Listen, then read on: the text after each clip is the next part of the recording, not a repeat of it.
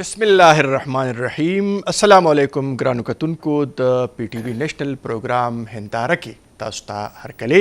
زه یم ستاسو کوربه کاشف الدین سید. ګرانو کتونکو، سبا د ازادۍ ورځ به مونږ نمانځو او دا شپږ اویایمه د ازادۍ ورځ سبا مناویږي او نمانځلی شي.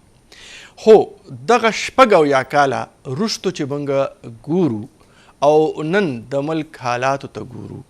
نو دغه ټول صورتحال باندې چې خبرې کوو، دغه ملک چې جوړېدو دغه وخت کې موږ ته چیلنجز سو، او نن به موږ په دې خبرې کوو چې زموږ وطن چې کله جوړېدو چیلنجز سو، مشکلات سو، رکاوټونه سو، حالات داسې ولې جوړ شو چې د دغه وطن ضرورت محسوس شو او بیا دغه وطن په معرض وجود کې راغی. او د دې سره سره د دې وطن د ازادۍ دپاره قربانۍ څنګه ورکړي، چا ورکړي او څه قسمه قربانۍ وي، او د هغه قربانو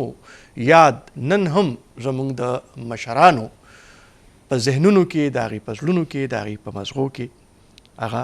تازه دی. او د قربانۍ مختلف قسمونه دي. چا د ځان قرباني ورکړه، چا د مال قرباني ورکړه، چا خپل کور، وطن، کلی، علاقه، د پلار نیکه یادونه، د پلار نیکه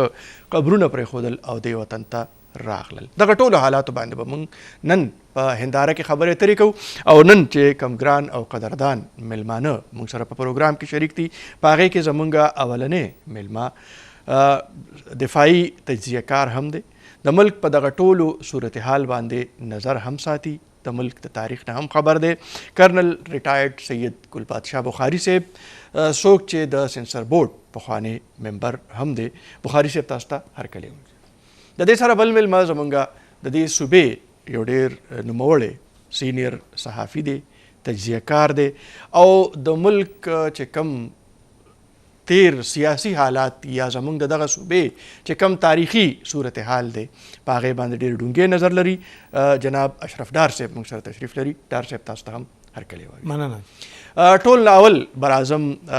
کرنل ریټایرډ سید ګل پادشاه بخاري صاحب طرف ته. او بخاري صاحب تاسو به راته وایئ ځکه چې دغه د ازادۍ چې کم تحریکونه وو، د ازادۍ چې کم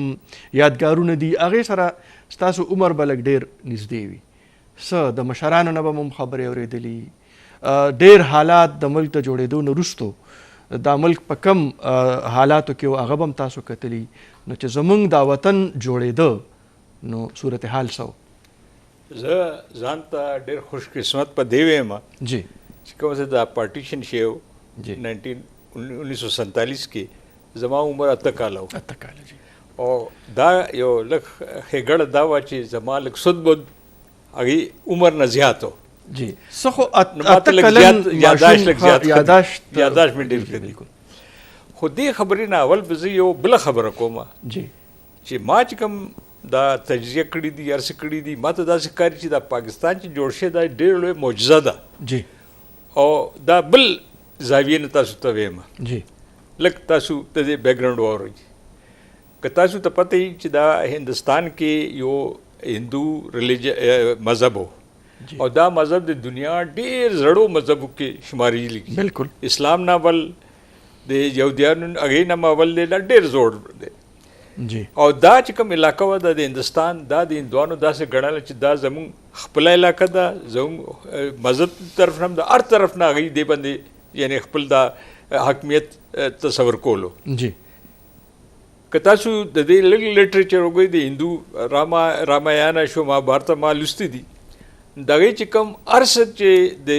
د مذهبي شیونو ټول په د هندوستان کې وو. جی لکه اوبه، ګنګا، دا ډېر یعنې پاکیزه دي. د هغې مذهب کې هر مذهب کې اوبو ته ډېر اهمیت حاصل دی. او بیا لوی خبره دا ده چې دا هغې د ریفرنس د کتابونو ورکوم چې د دې چې کوم د زندګي نه پس چې کوم ژوند دی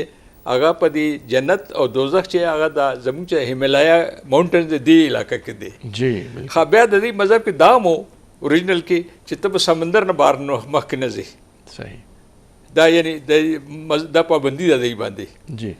نو هغې څه دا و چې بس دا ټوله علاقه د دی ده. بیا څه وشول، څه وخت تېر شو، مسلماني راغی، اسلام راغو. هغوی دلته چې څنګه دننه راغل نو دوی ته ډېر عجیبه ښکاره شو چې وایي موږ خو دا ګڼل چې زموږ هر څه زموږ دي دا چېرته مسلمانان راغلل جی کېدو چې هغوی حکومت وکړو تقریبا 1000 کاله پورې نو هغې نه پس چې د انګریزان راغلل نو د هندوانو ته بیا امید پیدا شي چې بس خو موږ بیا دوباره خپل ملک دا جوړ شي نو هغې نه پس چې دا او بیا خاص کر چې د جنگ ازادي شو 1857 دې کې د زیات امید ځکه شو چې انګریز د مسلمان زیات خلاف شو جی او دا ډېر ښه موقع ده کېدو خو زموږ ډېر لوی لیډرانو سر سید احمد خان شو هغې دا تیوري وکړه چې وایي دا مسلمان او هندو په یو ځای نشي پاتې کېدی یعنی دو قومي نظریه او یې نه پس کېدو مطلب دی چې دې بیکګراؤنډ کې چې دا پاکستان جوړ شو د ډېر لوی معجزه شوه جی او د دې وجوهات هم دا دي چې که وکتلی شي تاسو اصل کې دا چې کابل ډیسایډ شو د قائد اعظم او د جواهرلال نهرو په میاشت کې دا و چې چرچ مسلمان پاپولیشن یې بل ته خپل ځایونو کې او هندو خپل ځای کې به مخکې رسته بنې کېږي جی خو نهرو پکې یو چل وکړو جی. او نه دا به سنټرل موږ سره وي نو قائد اعظم محمد علي جناح چې وایي سنټرل تاسو سره نو مسلمانانو خو حالت بدې ما دی نو یې نه پس دا مومنټ شروع شو 1940 کې د دې بیا قرارداد شو دې باندې شروع کړ دې باندې دا کار یې شروع کړو جی اوس دغه وخت کې چیلنجز سو دغه طرف ته بم راځو خو اشرف ډار صاحب طرف ته ځم او اشرف ډار صاحب یقینا چې دغه ملک د پاره ډیرو خلکو قرباني ورکړي دي او مختلف قسم قرباني دي او نن موږ ګورو چې زمونږ هغه رونه بلکې زمونږ هغه مشران چې د دې وطن د ازادۍ په خاطر خپل وطن پرې خود دلته راله او د دې ملک په مختلفو حصو کې دلته میشته شو دلته ډیره شو څه ګڼئ تاسو دا یو ډیر لوی قرباني نه ډیره مننه کاشف صاحب بسم الله الرحمن الرحیم د 14 اگست سبا دا ورځ به موږ مانځو جی او د دغه ورځ د مانځلو پسې یو ډیر غټ تاریخ دی جی او دغه ورځ پسې داسې تاریخ دی چې د قربانیانو نه ډک دی جی هغه قربانیانې که جانی دي که مالی دي ټولو خلکو ته پته ده او زه به د ځوان کل دپاره دا خبره وکړم جی چې دا پاکستان چې نن پکې موږ اوسو الحمدلله او ازادۍ سره هر څه کوو هر حال ځلې موږ دلته کوو نو دا ازادي موږ ته څه هسې نه ده میلاو مفت کې نه ده میلاو نه ده میلاو جی دې دپاره زمونږ مشرانو زمونږ اسلافو زمونږ آباو اجدادو ډېر سټرګل کړی دی ډېر جدوجهد یې کړی دی چې یقینا زمونږ هغه مشران چې د پاکستان د ازادۍ دپاره کوم هلې ځلې کړې وې په هغه کې که تاسو وګورئ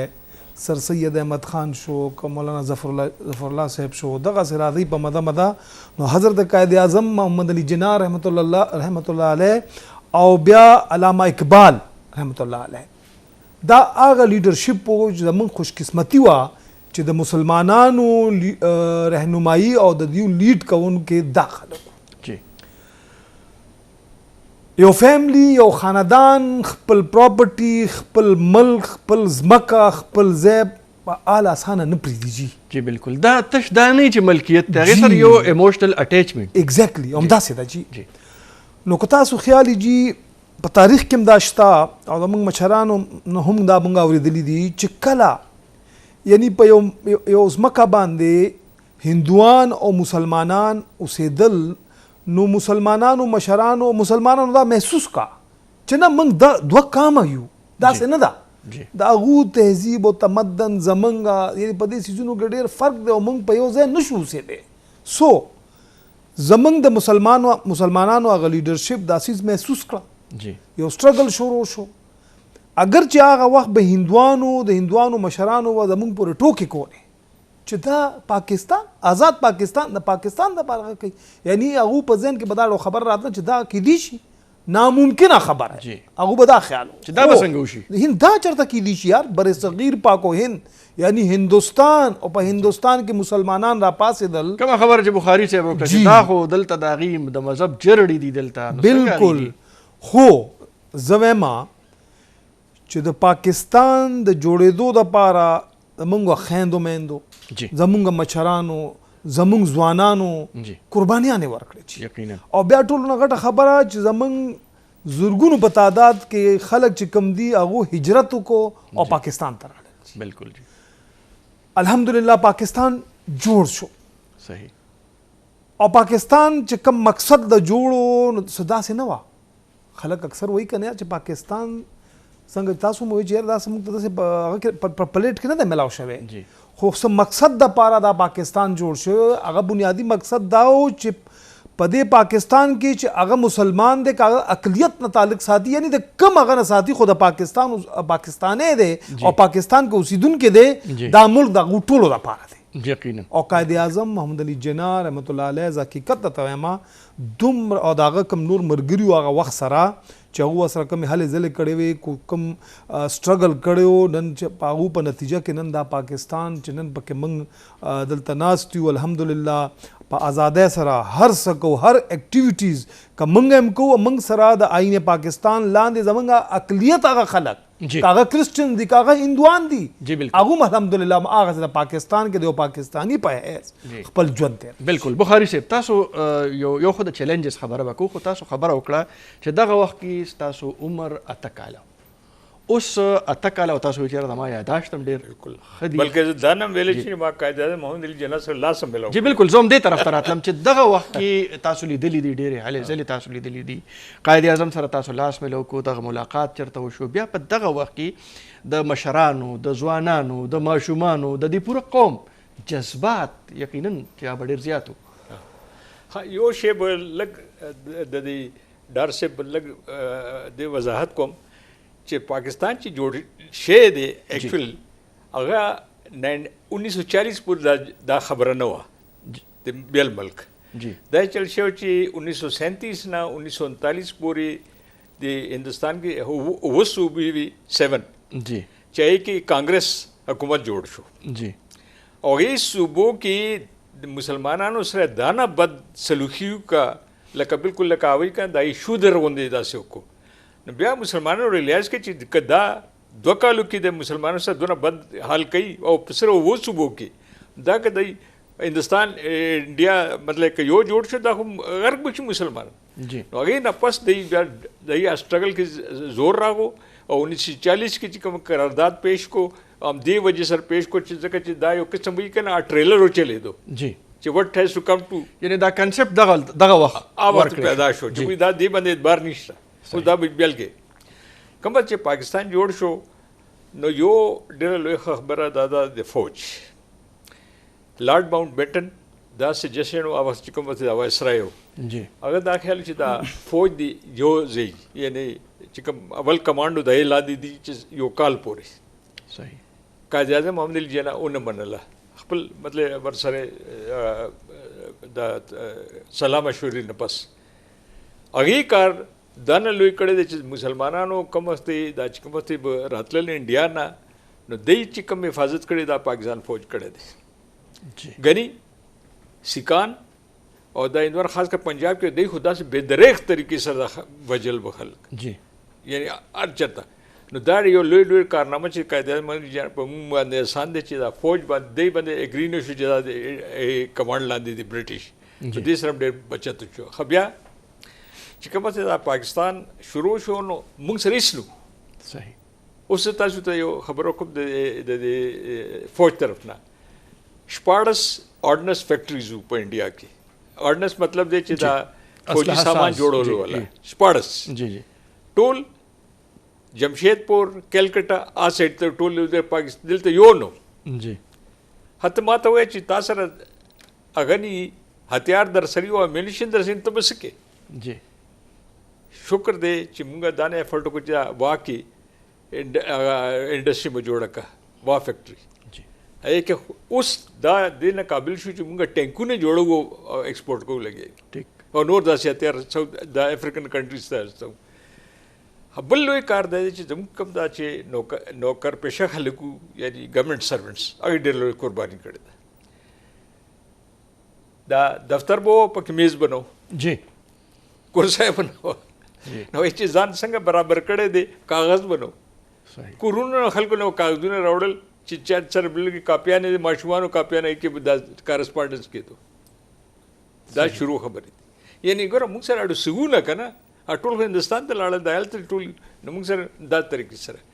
تنخوا جی کافي مودو پورې تنخوا نه اخیسته. ټیک خو بیا یو لوی د دوی د آنیسټي ګوره د ګورنمنټ سرونټس چې لکه ډکلیئر کا ما ډکلیئر کړ چې زما تنخوا په انډیا کې یعنی هلته نه مایګریټ شو زما تنخوا هلته 15,000 وه. دوی وی چې دا ټیک د 15,000 چې بیا کاغذونه چیک شول پوره 15,000 وه. یعنی چا دروغویي نه کړي هر چا وی چې چا 15,000 به یاره ما ته 4,000 راکړي کم راکې خیر کم راکړي. جی خو مطلب دی چې دا نه د قرباني جذبه هر دا طرف هم د ته وه. ایثار او د قربانۍ یو انداز دی که نه جی ډار صاحب دا د کومو قربانو ذکر چې بخاري صاحب کوي اوس نن هم موږ ته ډېر چیلنجز رامخې ته دي. معاشي بحران شته، اقتصادي بحران شته، د ګاونډي هیوادونو د وجې نه چیلنجز دي. اوس د دغه ټول صورتحال احساس او ادراک چې موږ کوو او دا نوې نسل ته منتقل کوو دا یو بل چیلنج موږ ته مخې ته نه دی. کاشف صاحب بالکل تاسو دا خبره صحیح وکړه چې هغه پاکستان چې زموږ مشرانو هغه دپاره سټرګل کړی و جدوجهد یې کړی و پاکستان خو جوړ شو جی ټیک شو او جوړېدو د ورځ نه موږ ته د مسایلو او د مشکلاتو مخه وه د کې شک نشته. جی خو زه دا وایم هغه پاکستان ګوره یو پهلو به د پاکستان موږ دا والو چې هغه پاکستان چې کله په وجود کې راغو هغه سره خو هېڅ هم نو ټیک هېڅ هم نو په پاکستان کې څوک خو د پاکستان مشرانو چې چا لیډ کول د پاکستان خلک او بیا زه دا وایم چې د پاکستان ولس جی کام جی کومه جذبه وه کومه ولوله وه هغه په نتیجه کې پاکستان را مخکې شو په مزه او هغه پاکستان چې چا په وهم و ګمان کې نو جی چېرته پاکستان فوج به داسې فوج جوړ شي جی چې نن په پوره دنیا کې یو نوم دی دا هغه فوج دی جی چې کله پاکستان جوړ شو زموږ فوج د نش په حساب جی هغه فوج چې نن موږ ورانه فخر کوو یوه صحیح الحمدلله نن موږ نیوکلیر ملک یو جی دا یو ډېر غټ اچیومنټ دی په او آی سی کې د 50 نه زیات اسلامي ملکونه دي پاکستان چې ورته د اسلام قلعه وایي هغه مسلمان ملکونه چې په پاکستان باندې فخر کوي دا هغه پاکستان دی. نو یو پهلو خو یې دا ده چې دا پاکستان الحمدلله ترقي وکړه راغې مخکې مسلې شته د کې هېڅ شک نشته چې بیا پکې سکوت ډاکه وشو دا ګوره دا څیزونه په خپل ځای دي دغه فیکټر بیل دي یو پهلو خو یې دا شوه. صحیح بله پهلو دا ده چې آیا هغه پاکستان چې کم موږ غوښتو یا کم موږ وایو چې دا پاکستان به داسې وي دا اوس دغه وخت کې هغه پاکستان دی جی نه دی جی لومبې به زه خپل ګیروان کې هغه وکړم زه به په خپله احتساب د ځان وکړم چې آیا دا هغه ملک دی چې هغه دپاره حضرت قائد اعظم او علامه اقبال او زموږ هغه نورو مشرانو او زموږ قام ولس قربانیانې ورکړی او سټرګل یې کړی او د دې ملک دپاره د دې دپاره یې کړی چې د نن د ملک دا حالات وي. آیا دا حالات ولې داسې شول دا چیلنجز چې مخکې مو خو الحمدلله چیلنجز وخت سره سره سموت کېدل معاملات روانو خو نن زه دا وایم چې ټولو نه غټ چیلنج چې کوم دی معاشي او اقتصادي طور باندې د وخت موږ ټولو نه غټ چیلنج دی جی خو زه دا ګڼم الحمدلله پاکستان الله تعالی جغرافیایي طور باندې داسې یو حیث ورکړی دی دا د الله موږ باندې یو کرم دی چې یاد ساتئ چې نن د دنیا نه هلته هم خلک سی پیک دپاره وایي چې نه پاکستان او که دلته افغانستان ایشو راځي نو پاکستان دا د پاکستان اهمیت دی الله تعالی دا څیز ورکړی دی پاکستان لا جغرافیایي طور باندې که تاسو وګورئ بناوټ یې داسې دی یو بلکې صرف افغانستان نه هغه تر پوره خطه جی او په دې کې آخري یو خبره بله کوم جی کاشف صاحب الله تعالی پاکستان لا دومره څه ورکړي دي په معدنیاتو په صورت کې تاسو وګورئ جی په پاکستان کې خپله صوبه والی ځه ته ګورګوري ته لاړ شه ګیس داسې نور د جنوبي اضلاع کې زموږ څومره ځایونو کې معدنیات راووتل دا څه دي داسې پاکستان په نور ځایونو کې هم دي نو زه دا ګڼم هغه خلک چې کوم دا وایي چې پاکستان نه، ما پاکستان څه اوس باسه نه، داسې نه ده جی. الحمدلله پاکستان دی، الله تعالی به همداسې ساتي، همداسې به لري. وقتی طور باندې معاشي اقتصادي صورتحال بالکل مونږ ته مخه ده، خو مونږ دا یقین لرو، دا توقع لرو انشاءالله چې ډېر زر اقتصادي ماهرین چې کوم حکومت راځي هغه خلک، او بیا دې کې به ټولو نه غټ کنټریبیوشن د ولس او د کام وي او پکار دی. او جی او دا او ګوره کام ولس ته پکار ده، هر څه په حکومت ما اچوئ. تاسو را مخکې شي، هغه جذبه ولوله ځان کې را پیدا کړي. دا پاکستان هغه پاکستان مونږ غواړو چې په لا اله الا الله محمد رسول الله په هغه باندې دا جوړ شوی دی چې دا پاکستان هم هغسې مضبوط د اسلام قلعه جوړه شي. جی بخاري صاحب، ډار صاحب د هغې جذبې خبره وکړه، او یقینا چې هغه وخت کې تاسو چې کومه خبره وکړه چې کاغذ نه و، تنخواه نه وه، وسله نه وه، نور بلا ډېر مشکل، دفتر نه و. نن خو الحمدلله ډېر څیزونه شته، خو بیا هم موږ ته چیلنجز دي. اوس دغه جذبه چې کوم وخت کې پاکستان جوړ شو، هغه جذبه اوس بیدارېدی شي. ما خیال دی چې تاسو وګورئ ټیلنټ جی چې کوم د ملک ټیلنټ دی او داسې نامساعد حالات کې دی چې زه حیران شم. لکه اوس تاسو یو مثال درکم، جی کرکټ والی 8 پښتانه دا وخت کرکټ ټیم کې دي د پاکستان، بالکل. او د کوم علاقو دي؟ داسې علاقو کې چې چېرته نه ګراوند شته نه هېڅ دي. جی نو دا د اندازه ولري د څونه ټیلنټ دی او دوی ته لا فیسیلیټي تاسو ورکړي نه دي که دوی ته لږ ښه. بیا تاسو ګورئ د امریکا ده او که بل ملک دی چېرته هم چې ټاپ چا څه ډسکوري کړي یا نور څه کړي یا پاکستاني. نو مطلب د ټیلنټ موږ سره ډېر دی. اوس موږ ته دا اوایي که نه هګۍ ډېره ښه ده، خو چرګ لاندې داسې کېده چې هغه بچې یې ښه راوړي. نو بس زموږ دا دی. او چې کوم دا دی که نه چې دا لږ د دې ریفرنس ورکړو چې لږ ډیټیریشن شی دی چې کوم پاکستان جذبه ختم شو، ای کې موږ نه یو څو غلطیان شي. غلطیان داسې شي چې ګوره یو ډېر لوی قوم او موږ سره بنګالي صحیح. نو پکار چې لږ د موږ ته هغې ته انصاف ورکول. نو موږ نه ټولو چې اوله غلطي چې شی وه د ازادۍ دغه جدوجہد کې هغې شامل وو، د هغې جذبات، د هغې کوشش، د هغې قربانۍ هلته هغې شروع کړې. 1906 کې دا مسلم لیگ چې دا هلته ډاکا کې جوړ شوی دا نواب سلیم دی، هغې ډېر جذبه وه، خو لږ د موږ مس هینډل کړله خلک. او دا چې کوم وخت موږ د دې دا لینګویج ایشو شروع کړو په 1948 کې چې بھئی اردو اینڈ اونلی اردو ول بي د لینګویج، د دې کار خراب کړو ځکه هغې میجارټي کې پکار وي داسې نور شیونو کې پکار چې موږ لږ کړی. نو زما خیال دی چې اوس هم دا دی چې هر چا ته پوره اپرچونیټي ورکړو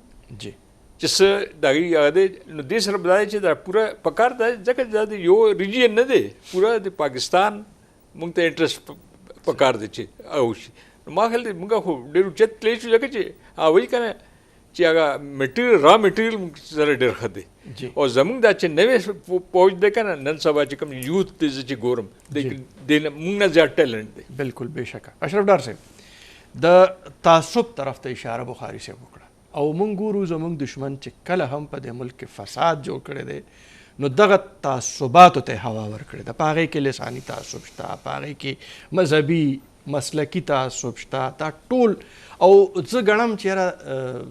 تاسو زموږ ښه رهنمایي کولی شئ په دې باندې چې همدغه زموږ هغه بنیادي د فوج خبره تاسو وکړه چې زموږ یا د ټیلنټ خبره بخاري صاحب وکړه، په هغې کې څه کمی نه، خو دغه زموږ یو ډېر لوی مسله موږ ته راپېښه ده چې موږ د تعصباتو ښکار شو او ډېر زر دغه هوا والي. بالکل کاشف صاحب دا خبره تاسو کوم وکړه د تعصب په حواله باندې، دا زموږ بدقسمتي ده چې زموږ په د ملک کې اوس نه دا د ډېر وخت نه دا سلسله لساني بنیادونو باندې تعصب په بنیاد باندې قومي تعصب، بالکل قومي فرقوارانه تعصب، مختلف دا چې کوم څیزونو تاسو نمونه واغستل په دغه بنیاد باندې دا څیز موجود دی، د کې شک نشته. او دا هم په دې کې دا خبره ده چې په دې کې دا مطلب دا دی چې موږ سره چې کوم ګاونډ کې ملک دی دا هغه پکې ډېر غټ رول دی. که تاسو بلوچستان وګورئ، که تاسو افغانستان وګورئ جی، نو هغوی دا کوشش کوي چې په څه طریقه باندې پاکستان کې دننه موږ مسلې پیدا کړو. خو زه وایم چې زه خراج تحسین پیش کوم د پاکستان هغه ایجنسو ته چې موږ ورته خفیه ایجنسۍ وایو چې هغه شپه ورځ په دې باندې کار کوي. یعنی تعصب لاره ایسارول، لسانی لاره ایسارول دا د یو کس کار نه دی. دې دپاره پوره یو میکانیزم پکار دی. زه دا ګڼم چې زمونږ هغه متعلقه ادارې په دغه لړ کې خپل هلې ځلې کوي نو دا سیز کنټرول وي. خو چې کله دا سیز د هغونه خطا شي نو موږ بیا ګورو په مختلف ځایونو کې که نه جي د دماکو په صورت کې سیز مخې ته راشي،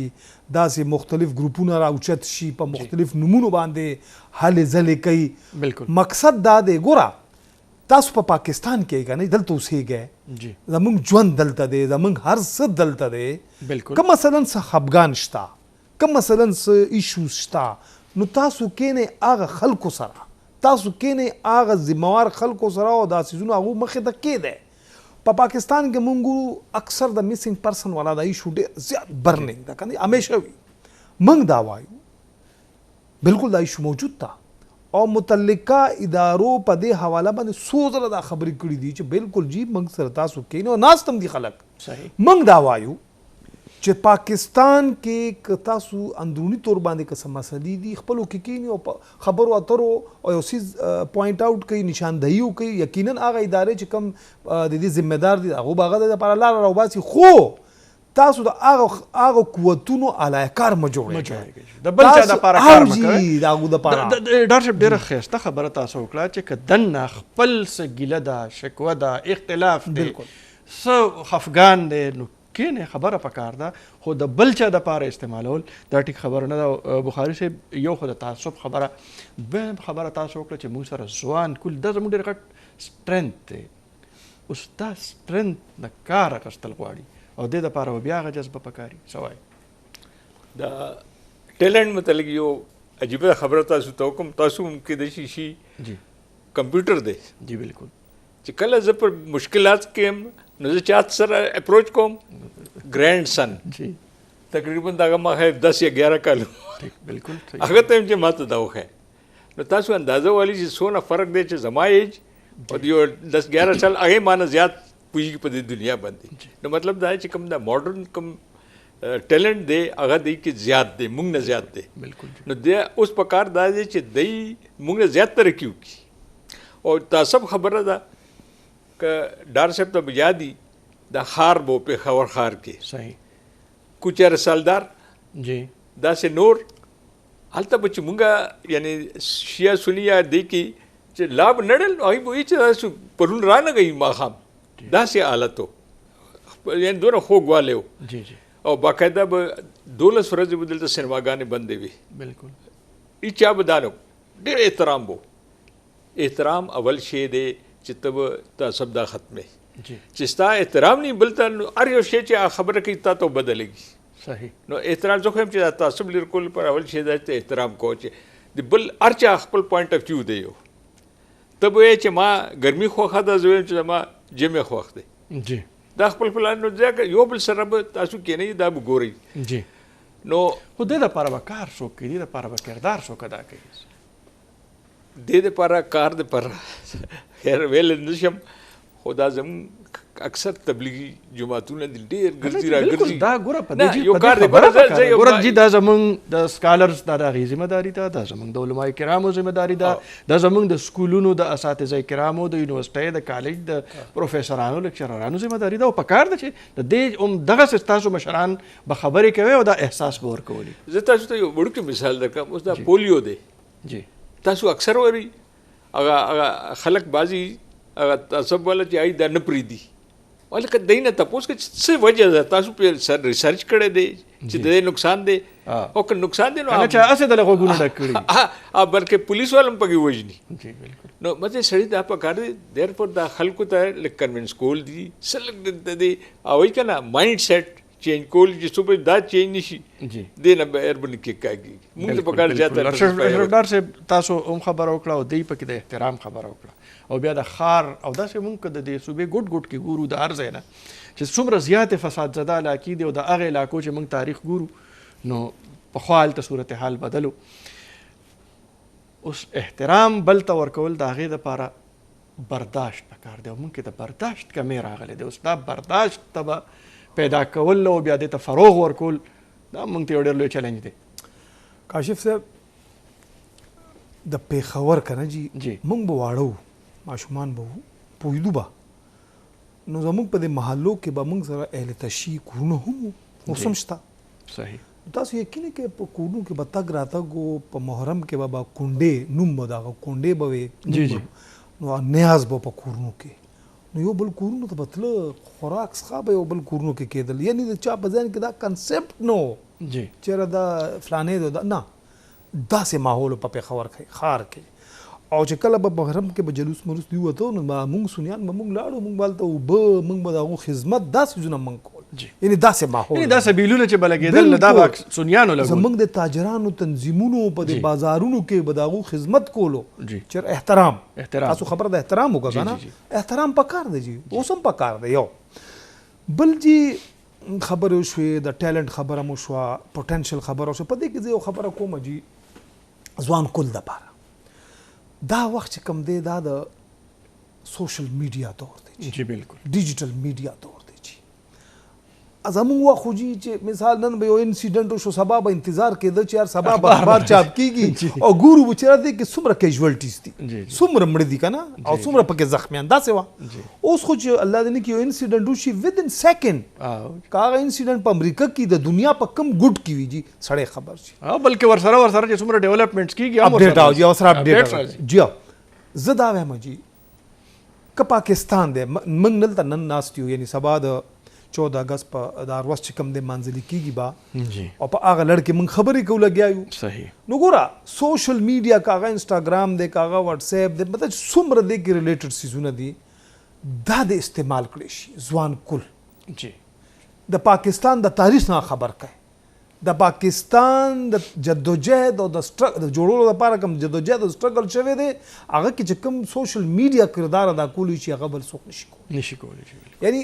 کم بچې، یعنی په کورونو کې دا ماحول دی جی، که تاسو څلور بچي دي تاسو به ګورئ نه څلور واړه په موبایل باندې بخته. بالکل ټیک شو جی، څه ګوري څه نه ګوري که نه. زه دا وایم چې د سوشل میډیا د دې نه فایده اخیستل پکار دی جی.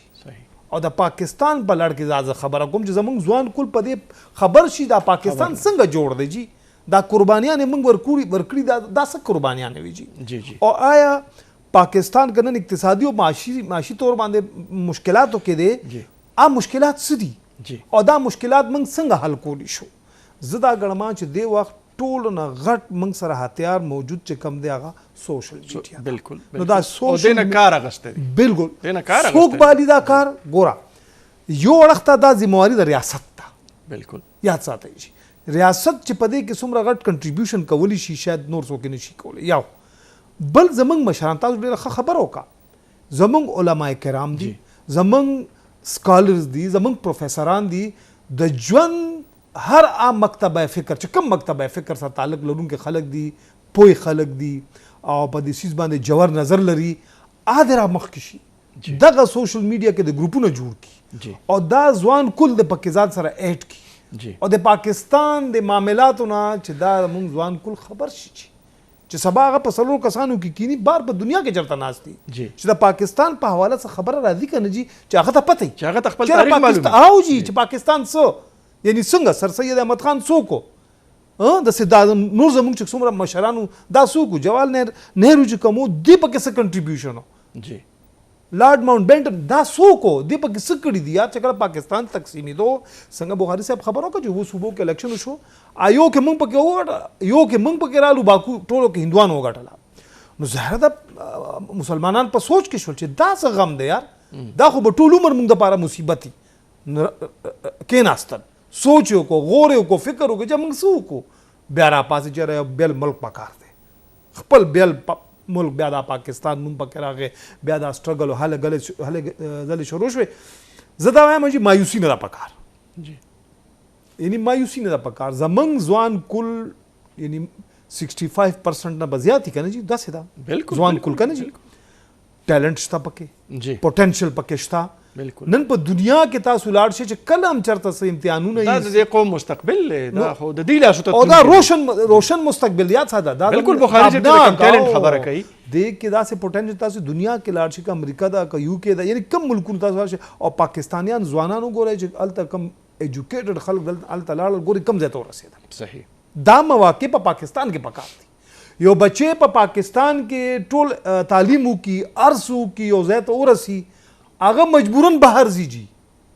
یعنی هغه خدمات چې کوم پکار دي هغه د پاکستان کې د خپل ملک قوم دپاره هغه صرف کړي جی هغه مجبور دی هغه بهر ته ځي جی ولې مجبور دی دا په دې باندې یعنی په ذهنونو کې سوال راځي په دې باندې سوال راځي او بخاری صاحب تاسو د ټیلنټ خبره وکړه او ډار صاحب چې کومه خبره وکړه چې یاره دغه ځوان کل دا زموږ سټرنث دی او دا استعمالول دي که د سوشل میډیا د لارې دی او تاسو ووایئ چې دا ځوان